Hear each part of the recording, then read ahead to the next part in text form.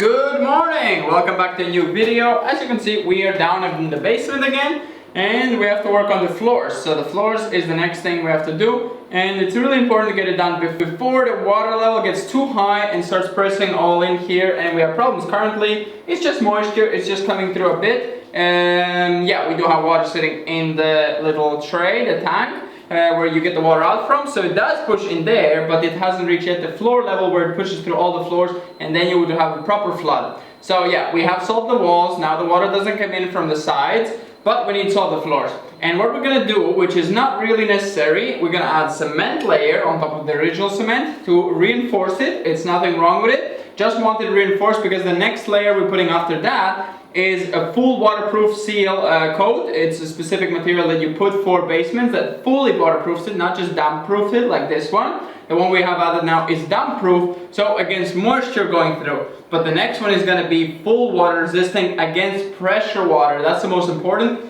You can't put just a rubberoid, kind of like what you put on just creates a rubber layer, because it will just pop the water through with the pressure and create a bubble and burst, and you have water coming in. So yeah, against pressurized water is a bit more difficult. So yeah, we're gonna put like a layer. It's pretty much like a plastering layer, and it's fully watertight. So that's gonna go after. So we want a smooth, nice layer, and we want a hard layer below that, and then on top of that goes that one. So yeah, we're not gonna put a rebar because as far as I know, this is reinforced, hopefully. So yeah, it should not be cracking and moving. Yeah, so we're gonna just get started with the cement. I already got started when Despina was gone, so I have already done some, so you can see those clips first, and then we're gonna continue together to the rest of the room. So yeah, it's not easy to do this, but yeah. Okay, let's get started.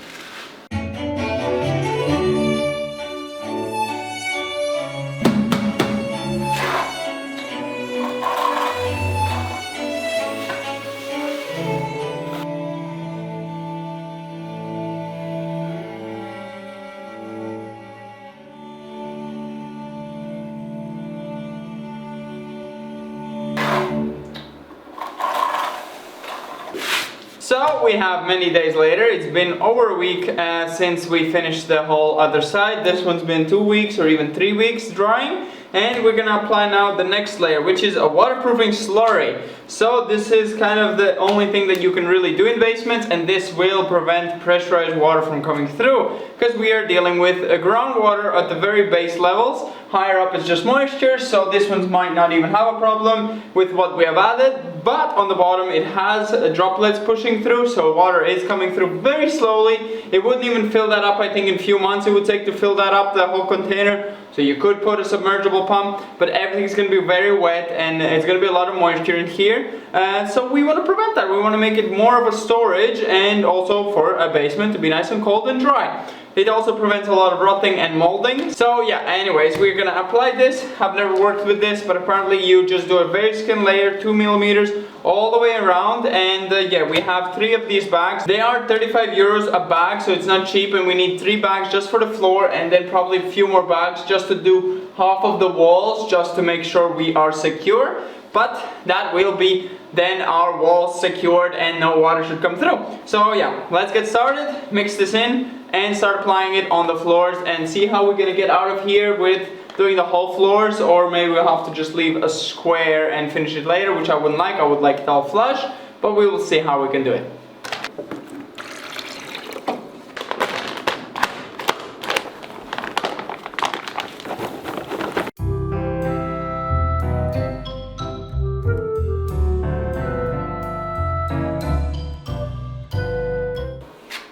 Are you sure you don't want to dump it? Like, at least like spread it out? I guess to throw it, you know. Throw it and like bring it all here, kind of. But like that, you know, you need to just go from the end.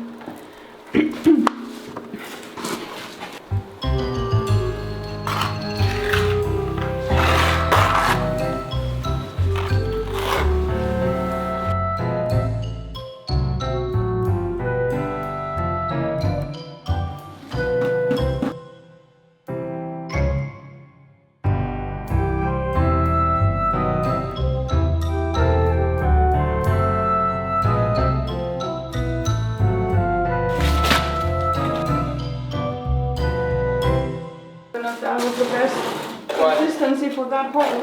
Yeah, but it does let me work with it really easily.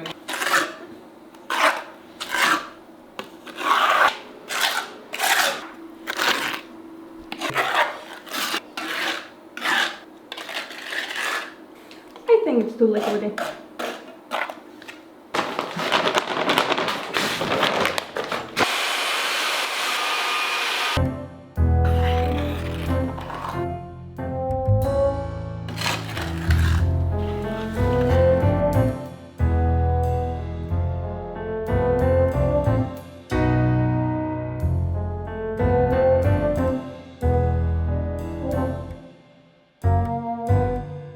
So we have a bit more than a week later, and it's dry. We actually had the AC running because it was consistently wet, but after 3 days, so we didn't dry it straight away with the AC, because that I would say would crack it, because you're then adding way too much heat inside. So yes, I'm not sure if this here is caused by us, but here is a little fracture, which as you can see there's little dots of water pushing through. So yeah, we can see exactly where the water is still coming through, and we need to address it. There's a lot of problems here because we had the too liquidy. There's a bit of a spot here, here, and here. There's a lot of small spots. Don't worry, I just splashed some water, so it looks a bit random. And of course here we need to finish this. And then we're going to do a walls. The problem with the walls is that some places it's much higher, you can see, and some places it's pretty much till the floor, nothing.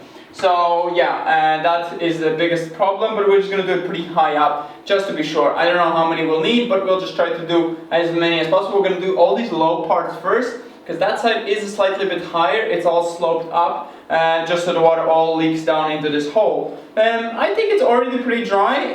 The water level is much higher than we are now, so this should be already full of water, and we should have water pressing in like no problem. So already this layer, as you can see, this is bone dry. So what we put on in the cement already keeps the water away, but where it's much more pressure, it still comes through. So yeah, let's mix the bag, put on the walls first, and then we're gonna do this floor so we don't have to, because otherwise we can't step on the stuff here to do the walls. So we're gonna do the walls first, floor here, and as much as the walls around. Hopefully all of it. So yeah, let's get started.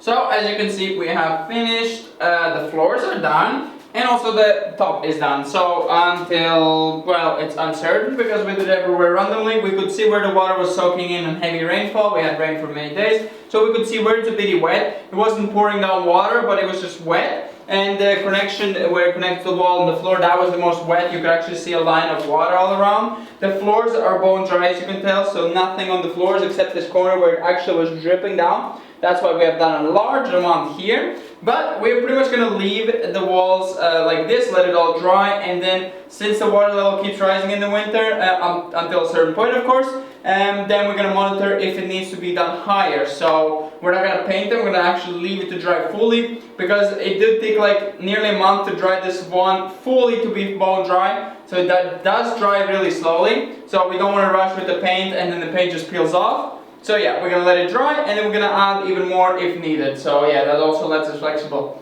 We're going to leave it probably till the spring. So yeah, that's the season fully done. Then the water has gone to the highest and dropped down to the lowest. So hope you enjoyed. We're going to see you next time. Bye bye.